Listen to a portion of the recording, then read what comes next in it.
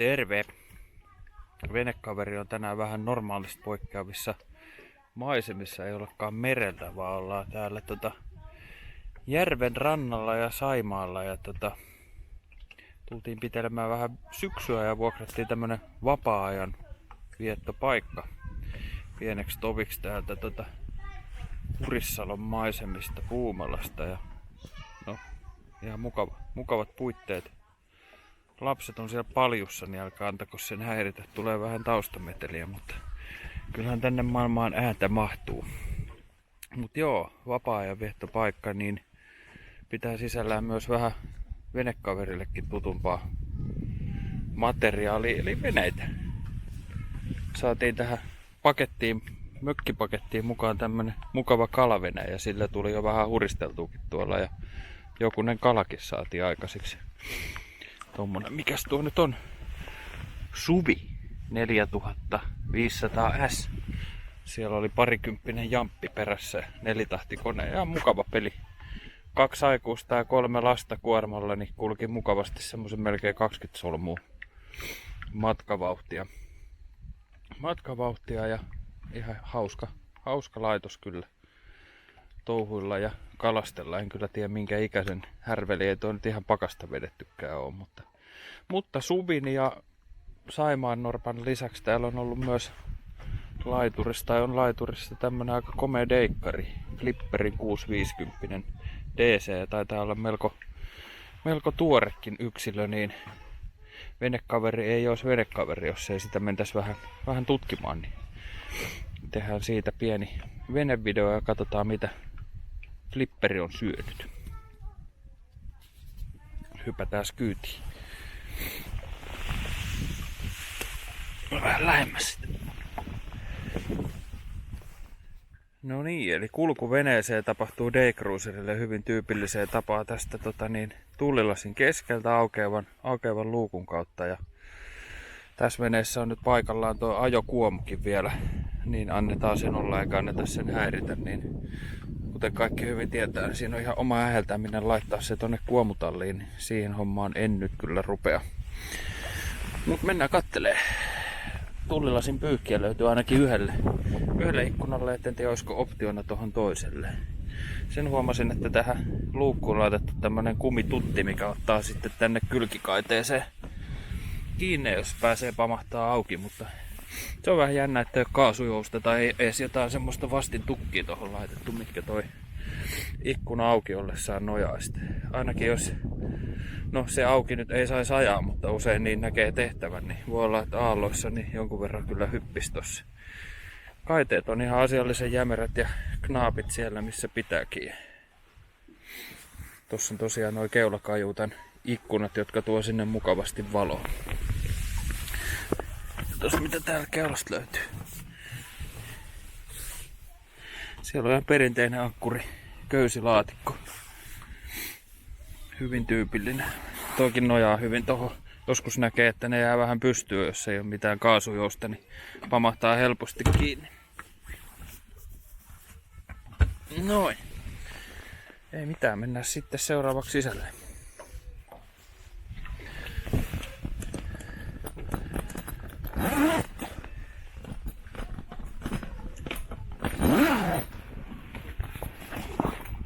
Vähän tässä samalla vertailen tätä, kun itsellä on ollut AMT-vene, mikä on 200 DC, niin hyvin lähelle vastaava laitos kuin tämä.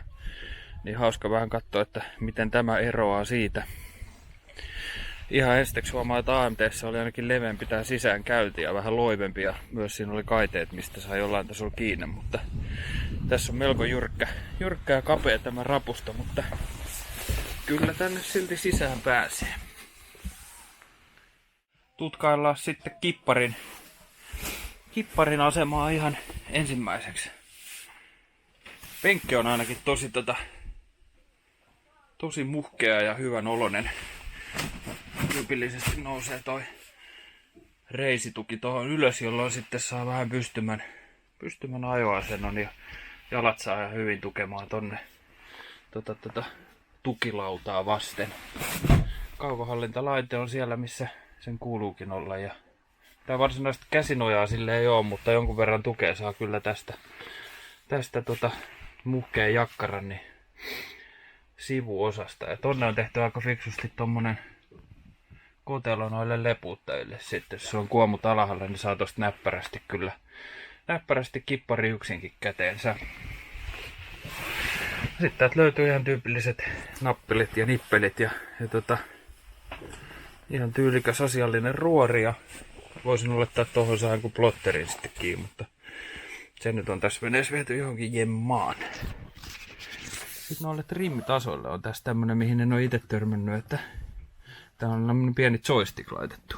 Tää on aika kiva, että siinä onhan symbolit, että mihin suuntaan vene kallistuu, kun tätä käyttää. Usein se on ihan niinku näppäilemistä keinukytkimillä ja silloin se pitää saada niinku ensin selkäytimeen menee ne suunnat ennen kuin se menee oikein, mutta tässä varmaan nuo symbolit ja tommonen selkeä joystick auttaa siihen asiaan. Ajoasento tai penkki tuntuu niinku kyllä varsin mukavalle. Se mikä huomaa ehkä vertaa sen AMT:hen on se, että tää tuulilasin niin kun ala-asennossa istuttaessa niin on aika matala. Et en sitten ajaisi tiedä, että miten toi ajoviima tai tuuli tuolta ottaa, mutta sitten taas niinku toisinpäin niin se antaa todella hyvän näkyvyyden ulos täältä veneestä niin kuskin ajoasennon myötä, että näkee hyvin joka suuntaan. Et jotenkin tuntuu, että AMT:ssä istuu kyllä alempana kuin tässä veneessä. Sitten jos katsotaan näitä tiloja yleisesti ja lähdetään täältä eestä liikkeelle, niin tämähän on tuotu ainakin tämmönen pöytä tai laskutilataso, että se on varmaan ihan hyvä varsinkin silloin, jos sitten tää on niinku, ei olla ajossa. Tossa nyt ei mikään muki eikä muu pystyssä kyllä pysy ajon aikana, mutta kun tämän apukipparin penkin selkänojan saa käännettyä tälleen toiseenkin asentoon, niin siinä tapauksessa antaa niinku laskutilaa kyllä ihan mukavasti. Tuohon saatellaan, että tuohon keskelle laitetaan pöytä ja vaikka ruokaillaan tai istutaan iltaa, niin siinä on vähän lisätilaa, mihin laittaa sitten tavaroita.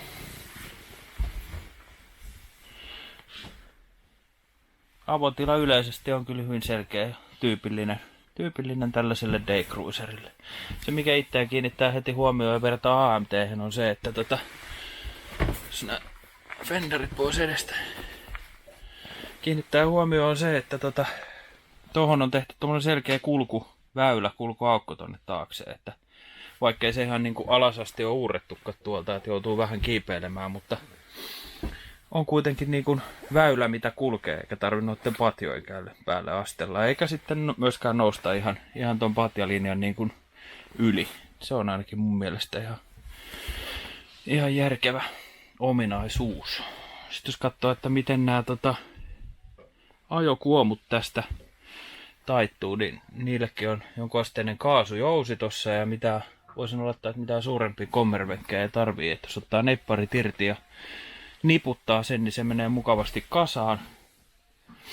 kasaan ja sitten varmaankin täältä voisin olettaa, että aukeaa toi kuomutalli ja nuo selkänojat nousee sen mukana ja sitten saa käännettyä ton ajokuomu sinne taakse ja luukku kiinni, niin voisin olettaa, että se on ihan verrattain asiallinen ja helppo panna läjää.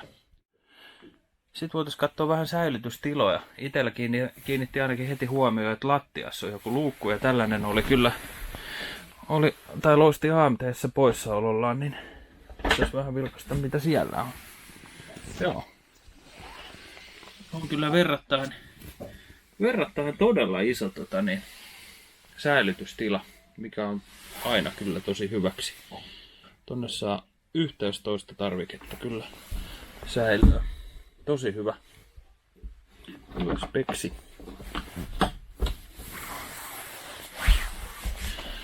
Ja sitten tämän peräsohvan alta nyt tyypillisesti aina löytyy tämän tyylisessä veneessä. Hossella on muutama mukitelinekin. Järkevää säilytystilaa, mutta sen mikä itse huomaan heti, niin verrattuna AMT:hen, niin nämä on saranoitu nämä luukut. Ja sitä ei kyllä AMT:ssä ollut. Se on aika kiva juttu. Kiva varuste. Katsotaan vielä mitä täältä peräpenkin takalta löytyy. Tuolla on ainakin päävirtakytkimet. Muita sähköjuttuja. Tosta taitaa olla pilssipumppu tuo. Käsipilssi. Joo, tää on jopa kaasujousella varustettu tää säilytystilaluukku.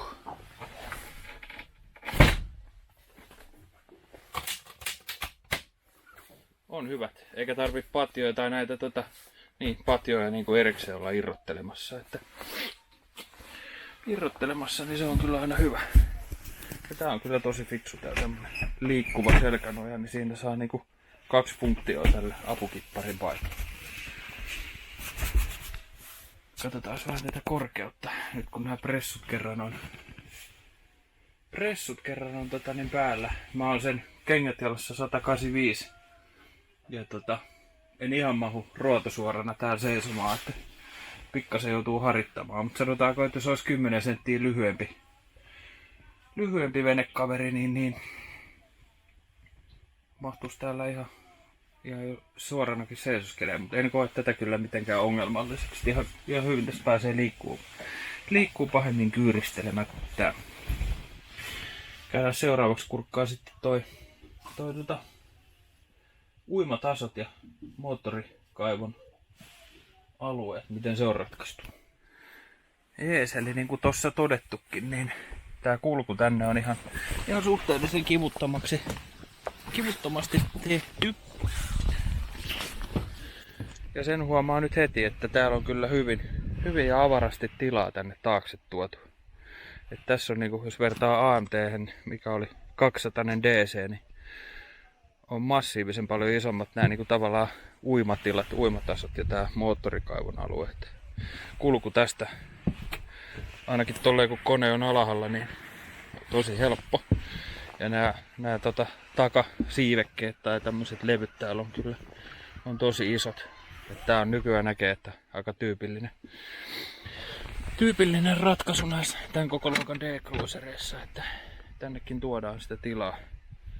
On kiva laatikko, saa köysiä ja leputtajia sinne jemmaan. Tossa näkyy muuten hyvin ton kuomutallin saranointi, että se on täältä ulkopuolelta tehty.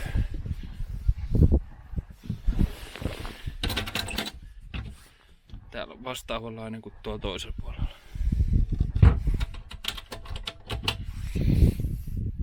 Tänne on tehty sitten noin uimaportaat, uimatikkaat tänne puolelle. Toisella puolella niitä ei ollut, mutta ne tulee nykyään vetämällä sieltä ja saa lumpsautettua veteen, lukittuu sitten tonne takaisin.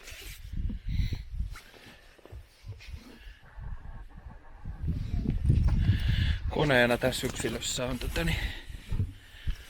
Merkkuri, katsotaan syöltä tasolla. Joo. 150 heppanen laites. Vie varmasti tätä venettä kyllä sangen mukavasti. Uskoisin, että sinne 40 solmun huitteelle menee toi huippunopeus. Se mikä nyt heti huomaa tavallaan tässä, että vaikka tää on sitä AMT:tä varmaan puolisen metriä pidempi, niin toi NS-avotila tai sisätila ei juurikaan ole isompi, että selkeästi se lisämetrit tai lisäsentit on käytetty tänne taakse. Mutta se on kyllä ihan järkevää, koska muistan kyllä hyvin, kun AMT:stäkin lapset meni uimaan ja touhus siellä takana, niin se oli aika ahdas ja tässä on kyllä siihen niin kuin paremmat tilat.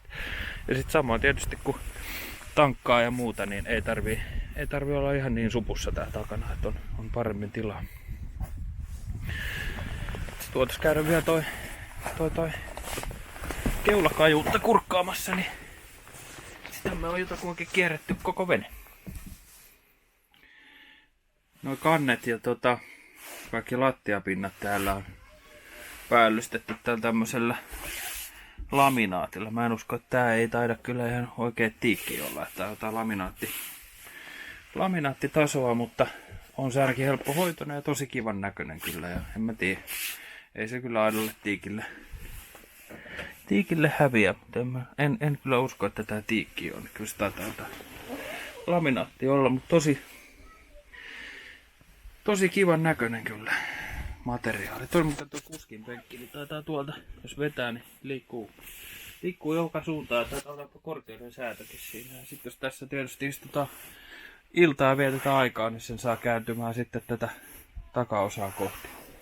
Se on ihan hauska ominaisuus. Kurkataan seuraavaksi, että mitä tän flipperin tää keulakajuutta pitää sisällään. Heti huomaa, että siinä ei tarvitse mitenkään sukeltaa, että se on niinku samassa tasossa kuin tää lattia. AMT:ssä se oli niinku jonkun verran alapuolella, mutta tuollahan on tyypillisesti säilytystilaa vielä noitten patjojen alla, mutta tuohon on laitettu jemmaan toi pöytä, mikä menee sitten tonne avotilaan tarvittaessa. Se taitaa vielä täältä jompaa kumpaa suuntaan hauetakin, niin sen saa ns. Laajennettua, mutta joo, tuolta saa käännettyä auki sen kokonaan. On mukavasti mukitelineet siellä. Tosi kivan tuntusta materiaalia nää sisätilan pehmusteet, ja tuolta on peitetty myös, tai tarvittaessa peitettyä noin keulakannen ikkunat tolle, ettei se paista päivä sitten sisään, mutta on kyllä ihan fiksu. Just varmaan se kaksi aikuista mahtuu tänne majoittua. En nyt tiedä mittoja, mutta voisin sanoa, että on jopa, tai ei ainakaan mitenkään merkittävästi pidempi ole kyllä tää kajutta kuin mitä meillä oli AMT:ssä. Että niin kuin sanottu, niin se lisätila tai lisäsentit on kyllä käytetty varmaan aika pitkälti tonne taakse.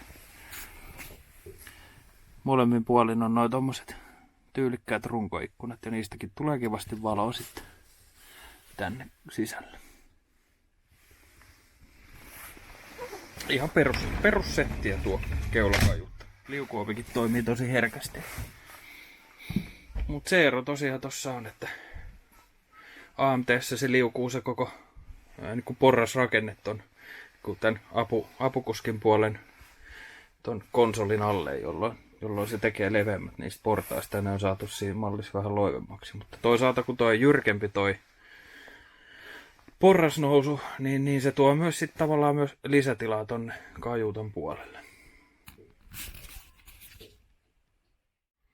Silloin tuli kierretty flipperin 65DC läpi, ja kyllähän tää aika, itse tykkään ainakin, että tää on tosi hieno ja nätti vene, enkä mä niinku mitään huonoa sanottavaa tästä näin niinku kylmätyyppien perusteella osaa sanoa, että pikkasen eroavaisuuksia AMT ja varmaan Yamariinin vastaavaa, mutta kuitenkin loppupeleissä aika samasta muotista nämä nyt on kaikki nämä kotimaiset tämän koko luokan deikkarit tehty, että samat elementit niistä kutakuinkin kaikista löytyy, mutta varmasti täällä Saimaan vesistöllä niin aivan mahtava peli ajella tämä ja nauttii kesäpäivistä ja miksei ne olisi näin syksysemmistäkin päivistä.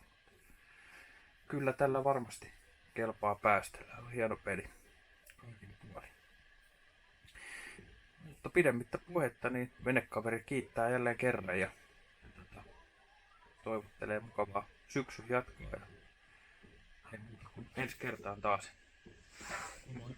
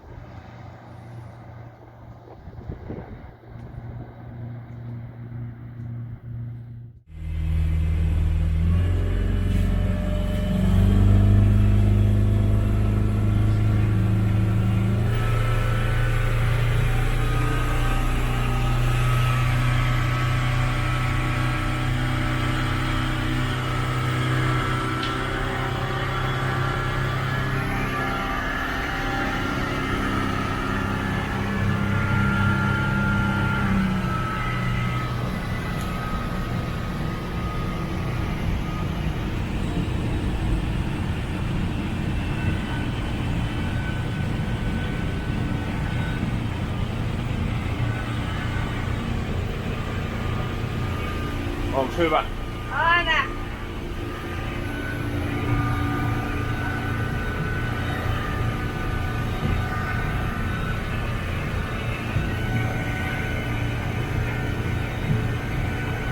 Tää aika kova kulkee.